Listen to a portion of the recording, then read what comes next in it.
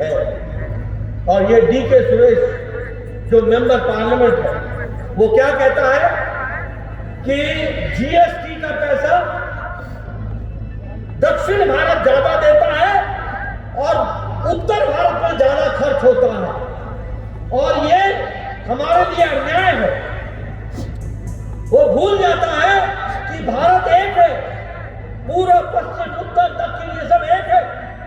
वो कहता है कि दक्षिण के लोग ज्यादा जीएसटी देते हैं और ये उत्तर में खर्च होता है। आने वाले समय में मैं अलग देश की मांग करूंगा। ये demand DK Suresh member parliament Congress party उठाती है।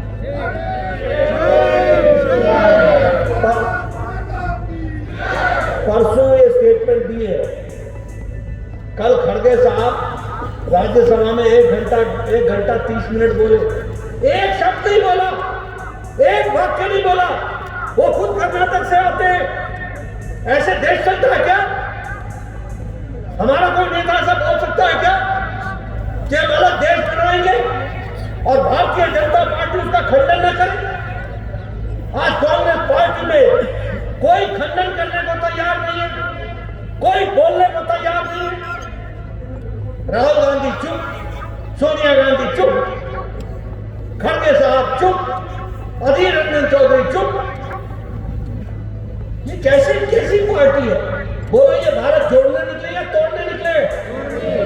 जो अलग देश की डिमांड करता हो और उसको पार्टी मना नहीं करती हो, वो तोड़ो यात्रा पर निकली है या जोड़ो यात्रा पर निकली है? ये ऐसे लोग, इसको बैक गियर लग गया।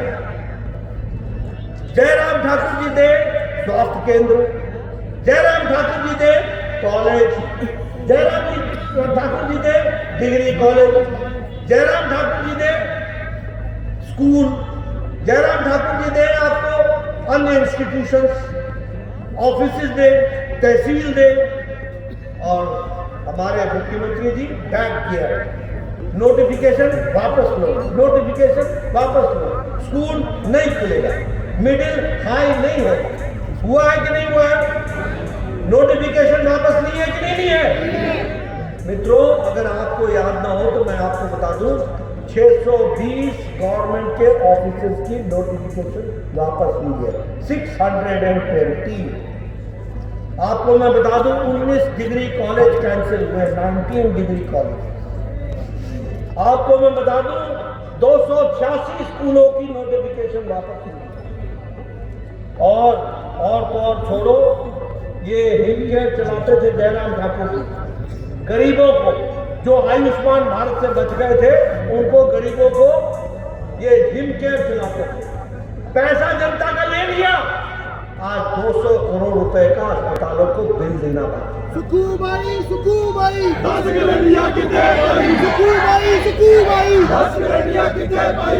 आप 10 गारंटी की बात करते हो, मैं पूछता हूँ 300 यूनिट की बिजली का क्या होगा? अब आप सूर्योदय योजना लगाना, 300 यूनिट की बिजली तो आपको मुफ्त होगी, साथ में साल का 18-20 हजार रुपए बिजली से कमाओगे। ये परिस्थिति आ चुकी है। आप बताइए, हमारे लोग रेगुलराइज हो गए क्या? रेगुलराइज हो गए क्या? कर्मचारी रेगुलराइज हो गए? 1 लाख कैंडिडेटों को नौकरी मिल गई क्या? हर साल मिलने वाली नौकरी। मित्रों, ये काट की हांडी, जयराम ठाकुर जी और हमारे अनुराग ठाकुर जी दोनों गए थे और दोनों जाकर के दोनों ने वहां प्रेस कॉन्फ्रेंस की, तो गहलोत साहब बोलने लगे कि ये तो निराधार है। और फिर जो वोट मिले उससे ध्यान में आ गया कि राजस्थान की जनता ने इसको निराधार नहीं आधार मान लिया और आपकी छुट्टी कर दी। ये भी आपको समझ होगा।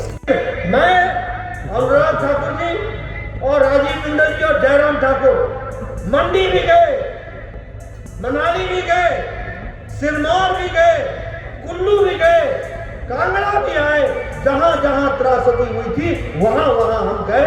ये हम आपको बताना चाहते हैं। और आपको ये भी बताना चाहता हूं कि 22 जुलाई को मैं आया था और 22 जुलाई को उसी दिन प्रधानमंत्री जी ने बात की थी हमने कहा हम जा रहे हैं, बोले हाँ जाओ, और गृह मंत्री जी आपको सूचना देंगे, और शाम तक 180 करोड़ रुपए यहाँ के राहत के लिए उसी दिन भेज दिया गया। अगस्त को नहीं, उसके बाद 10 जुलाई को फिर से 180 करोड़ रुपए दिए गए, 14 जुलाई को फिर से 180 करोड़ रुपए दिए गए। 1 अगस्त को मैं चाहूंगा पत्रकार मित्रों लिख लेना, जब आए मुख्यमंत्री तो पूछ लेना, 14 तारीख को 1 अगस्त को फिर से 400 करोड़ रुपए दिए गए, और वो दिए गए सड़कों के रख रखाव और रिपेयर के।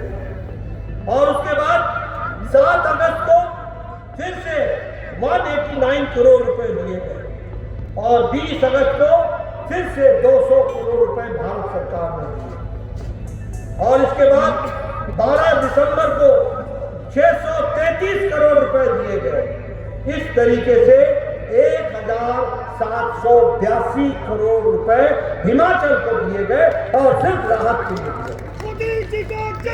अमर उजाला अब आपके टीवी पर भी। अपने स्मार्ट टीवी पर YouTube पर सर्च करें अमर उजाला, चैनल सब्सक्राइब करें और देखें ताजा खबरें, वो भी HD क्वालिटी में।